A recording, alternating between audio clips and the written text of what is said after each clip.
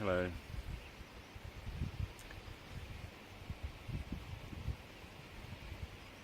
I just left Rishikesh, which is a famous yoga town in India. And while I was there, I had the good fortune to meet a yogi or a monk, sannyasi, whatever you want to call it. A celibate person, basically, who's chosen to dedicate his entire life to the path of yoga. And he lived in a very small ashram just down by the river. And when I arrived,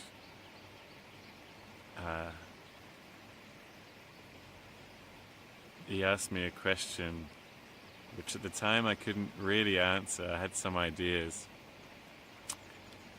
but in order to put it into words, it was a little bit more tricky, and ever since then I've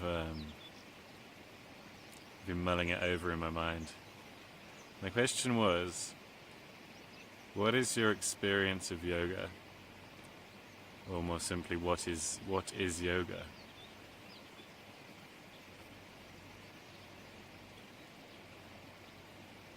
And superficially, I guess most of us think of yoga as a series of stretching and breathing exercises that bring relaxation to the body and the mind.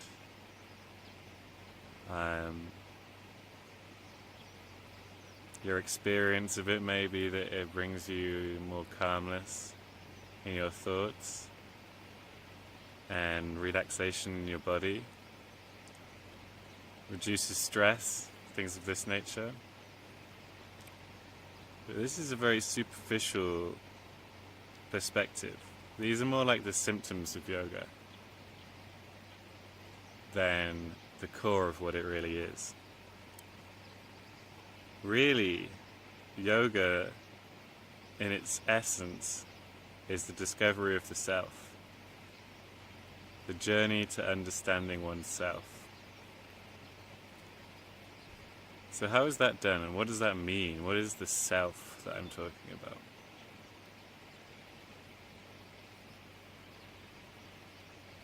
I guess superficially we identify easily with our ego and our persona. We say, oh, I'm Joe, and I'm from the UK, and I work mostly as a chef, and I travel a lot.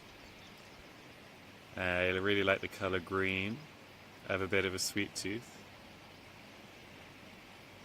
All these things, what I'm defining there is my personality or my persona, the mask that I wear and that I identify myself with, so that I can, I guess, have an idea of who I am and how that relates to the world around me. The thing is, as you practice yoga, you learn to peel away these layers of persona and ego identification, and you learn to see your true self, and that is truly what it is about. And from my experience, the true self is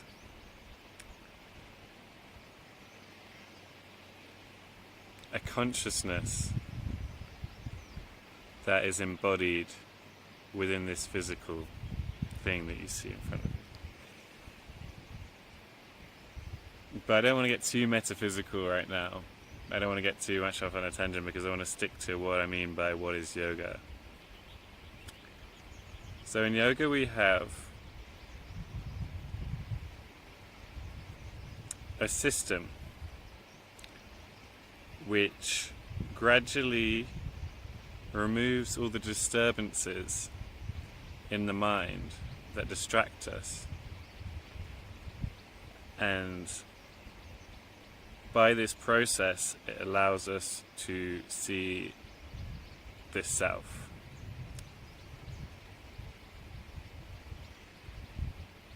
And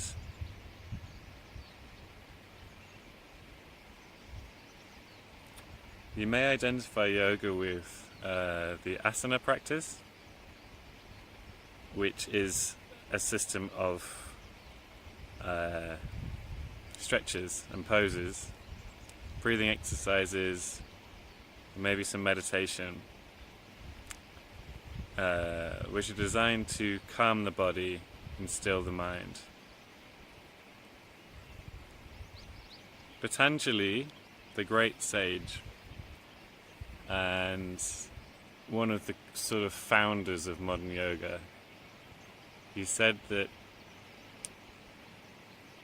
the mind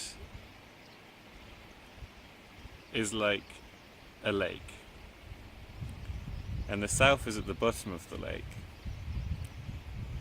And if we can't see, if there's disturbances on the surface of the lake, which is the mind changing and modifying and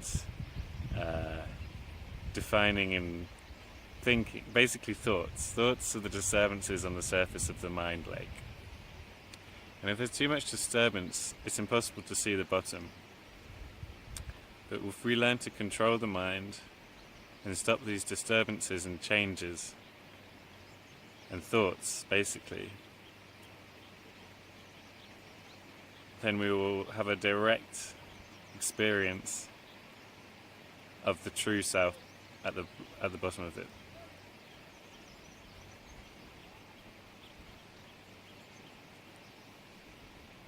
So the reason that we do asanas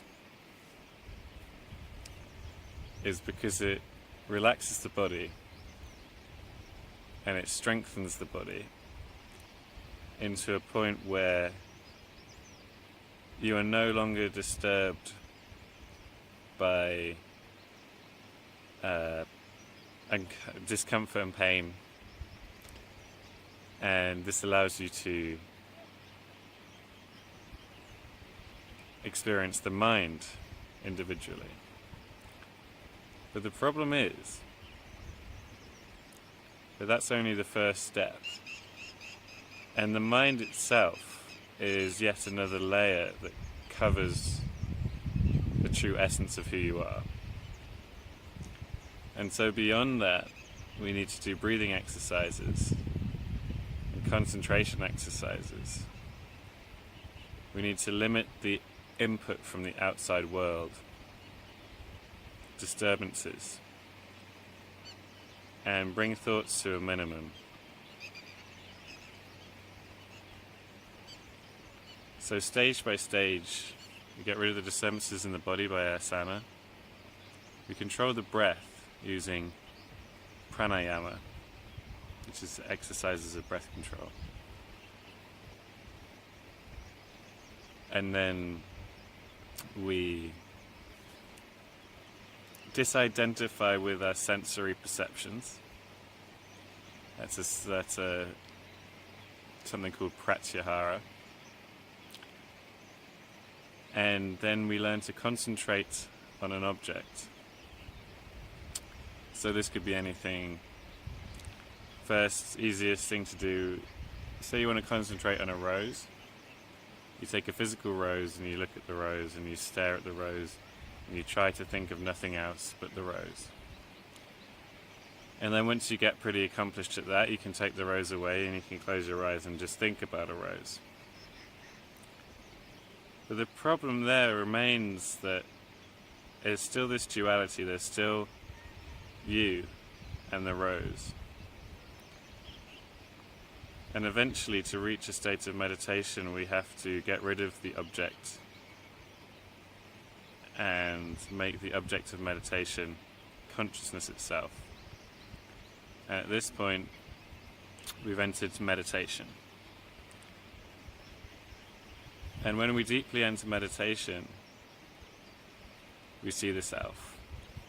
So really what yoga is just a systematic way of achieving a state of meditation spontaneously.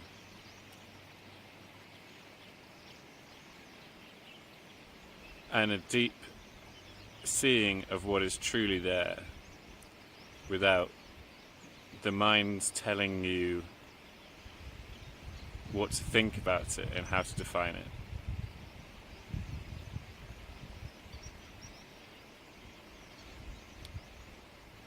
And I personally love it because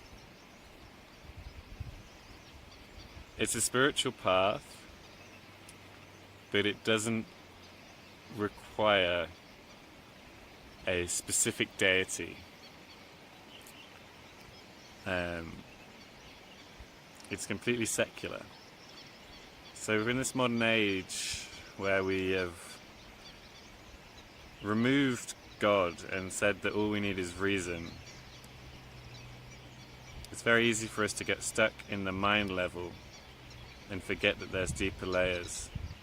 And this gets rid of meaning in our lives. But if we have yoga, if we practice yoga, we don't have to worry about irrational descriptions of a deity, but we can reach our spiritual center through a practical exercise. And that is what yoga is. Thank you.